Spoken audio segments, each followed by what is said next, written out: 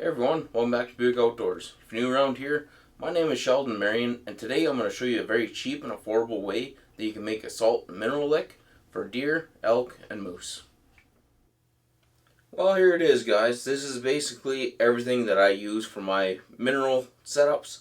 If you guys are into doing this, you know how extremely expensive this can get if you're just buying the blocks off the shelf at your local Cabela's, Bass Pro, Canadian Tire, Walmart, or whatever. This way here, if you're using this kind of a setup, up front it can be just a touch more money, but in the long run you save so much more money. Plus, you're able to kind of balance things out and put in what you want and take out what you want, kind of a thing. To start this off, I have a bag of trace minerals. What this stuff is there's salt, zinc, manganese, copper, iron, iodine, cobalt, and selenium in this. And honestly, if you just want like a real good solid, kind of almost like a multivitamin for your deer, and just have a nice little salt mineral lick, just this bag alone will do you perfectly fine. With that being said, before we go any further, I'm not a expert. I'm not a wildlife biologist. I'm just a guy that's been mixing up his own little minerals and making up my own little salt licks for a few years now. And this is just kind of relatively what I use. I mix things up all the time. I change things out. So when it comes to this, just take what I say with a bit of a grain of salt, kind of a thing. So with this, it has kind of pretty well everything that you need just for like kind of like a bump in overall health, kind of a deal. With this bag here is monocalcium phosphate. With this stuff, this is a fairly new one to me. From what I've been reading and what I was told, is that there's monocalcium phosphate and dicalcium phosphate, and they're relatively the same thing. With this stuff, it really helps out with your does and your cows when they're pregnant. It helps them develop the fetus a little bit better, helps them produce a slightly better milk, and then also with the calcium and the phosphorus in it, it helps with bone development for when the deer are growing up, and it could potentially help grow the horns slightly better. There's a lot of companies out there that they have guarantees on their stuff that say this product guarantees bigger bucks within 2 years, and their big selling point is having calcium phosphate in their ingredient list. However, it's kind of a crock. Basically, a deer's going to get bigger in 2 years because it lived 2 years. So it's not a guaranteed thing to build bigger deer. However, it does slightly help. Like I said, it's kind of like taking a multivitamin every day, kind of a deal. Is it gonna, stop you from having a heart attack? No. Is it gonna lessen your chance? Maybe. I'm not a doctor, right? And then my secret little formula here is this stuff here, which is just a high grade rabbit feed pellet. With this stuff here, what's in it is there's a little bit of protein, there's some fats, fiber, vitamin A, vitamin D, and vitamin E. And basically, that just gives the deer something to kind of chew on and eat while they're getting their minerals and their calcium and their phosphate, or phosphorus, what do you want to call it. So it helps a little bit. In the past, I've used whole oats, I've used whole corn, whole peas, everything like that, and it all kind of seems to work. The only issue I have up here in the north, in northern BC, is when you're using things like oats, it really attracts bears, and you kind of don't want that, because then the bears will come in, they push all the animals out, they eat all the oats, they kind of leave everything else, but then they leave their scent around too, and then it makes everything else a little weary of coming into the area. One thing I've used in the past as well is dried molasses, and it acts kind of the same thing as this rabbit feed. It sweetens up your little formula a little bit, so they kind of enjoy it that little bit more. But yeah, this is basically what I use. For prices, this trace mineral salt I buy 2 bags because I go 2, 1, and 1. A bag of this stuff, it is $17 here where I am, so we'll call it $20. And if you compare this to the mineral blocks that you can get from, like I said, Cabela's, Sportsman's Warehouse, Canadian Tire, Walmart, whatever, they're usually about $15 for a 5-pound block, where this is $20 for, I think it's 55 pounds.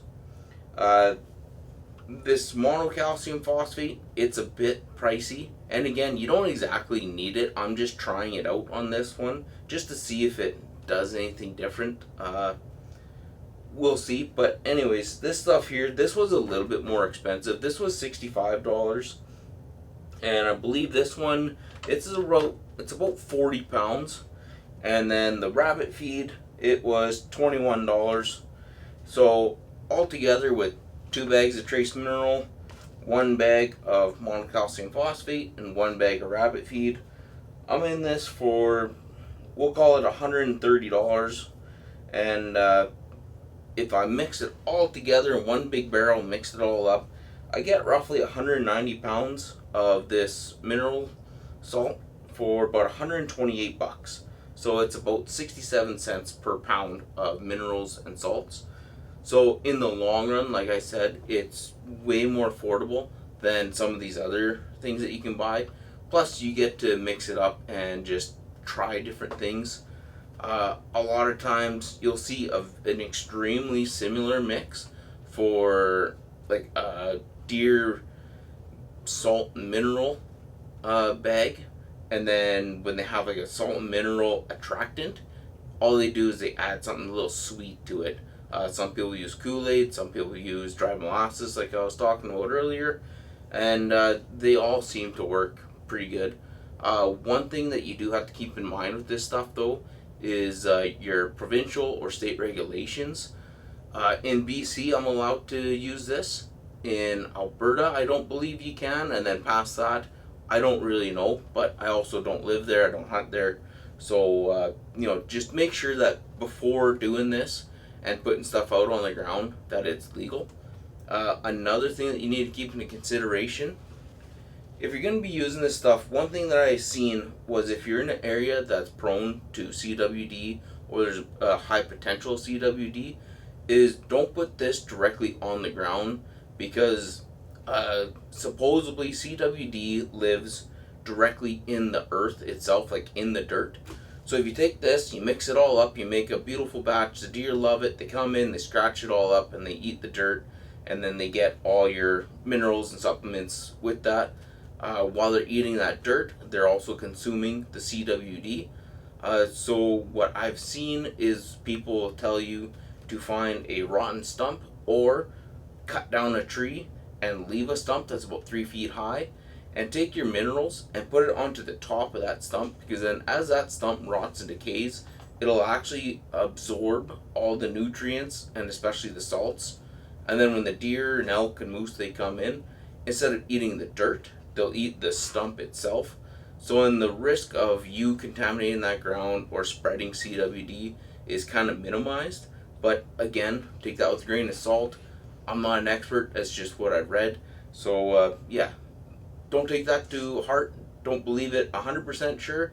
Maybe talk to your local conservation officers, game wardens, wildlife biologist, or whatever, and just actually learn a little bit more about CWD if it's in your area. So what I do when I'm mixing this up is I just get a good old 5-gallon bucket. Seeing how I live up here in the north in Canada, we got Canadian Tire, and they sell 5-gallon buckets, so why not represent a nice little Canadian place here? So what I do is I grab my trace minerals, and I try to get a level scoop of that. And like I said, I do 2, 1, and 1. This stuff, it can be a bit chunky, so you have to break it up every once in a while. And again, we're not going for perfect. We're just kind of going for good enough. So we do 1 scoop of that.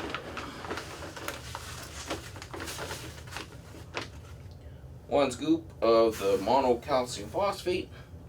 It's a little dusty.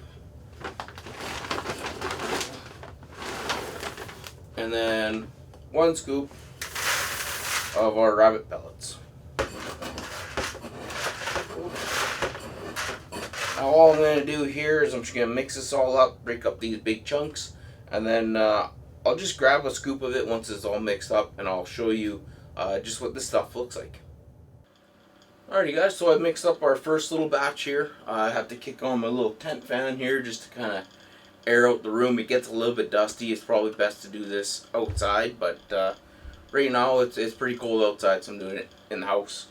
But anyways, I'll grab a scoop here, and I'll just show you what this all looks like.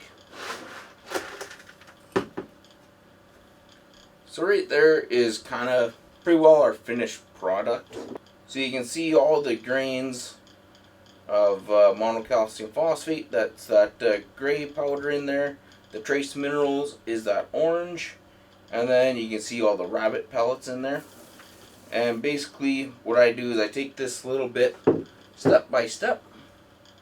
So now that I've done like that first round, I'll go back and I'll do it again. 2 scoops of trace mineral, 1 scoop of monocalcium phosphate, 1 scoop of rabbit feed, and then use my hand in the measuring cup there to mix it all up. And the reason why I do that is because the trace minerals, every once in a while, well, quite often, you get really big solid chunks, and they're not hard to break up. You just grab it and squeeze and it just kind of obliterates. But if you had this right full to the top, you wouldn't be able to do that. Plus, if it was right full to the top, it'd be extremely hard to mix it up and have a really good consistent supplement. And yeah, so anyways, I'm going to get back to doing a couple more scoops here, and then I'll show you the full-on final product, and I'll show you our 5 gallons of minerals. Well, there you go, guys, just like that. We have a 5-gallon bucket, very well right full, and I tell you, this thing is heavy. So, for very, very cheaply, we were able to make, I bet you that's got to be close to almost 40 pounds of salt and minerals for your animals. As you can see, it's this real nice kind of powdery stuff with some rabbit feed in there. Everything's mixed up real good. You get a couple little chunks of stuff still, but even if you missed, you know, these little bits here and there, it's not a big deal. Next time it rains or snows or whatever, or when the animals come in, step on it, eat it, lick it, chew it up, whatever. You know, it'll all get spread out, and it'll eventually get soaked into the ground.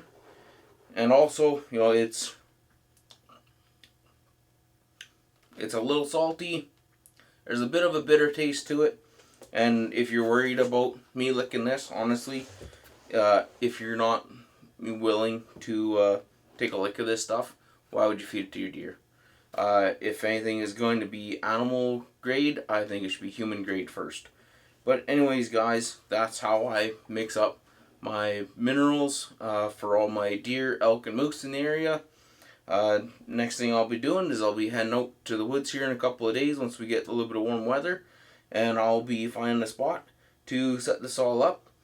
And yeah, we'll get some trail cameras out, and I'll start my pre-season scouting for this upcoming fall. But anyways, guys, if you like that video, I hope you hit the like button down in the bottom. Leave me a comment or two. Let me know what kind of concoction you make up for your deer and elk and moose. And subscribe to the channel. And we'll see you on the next one.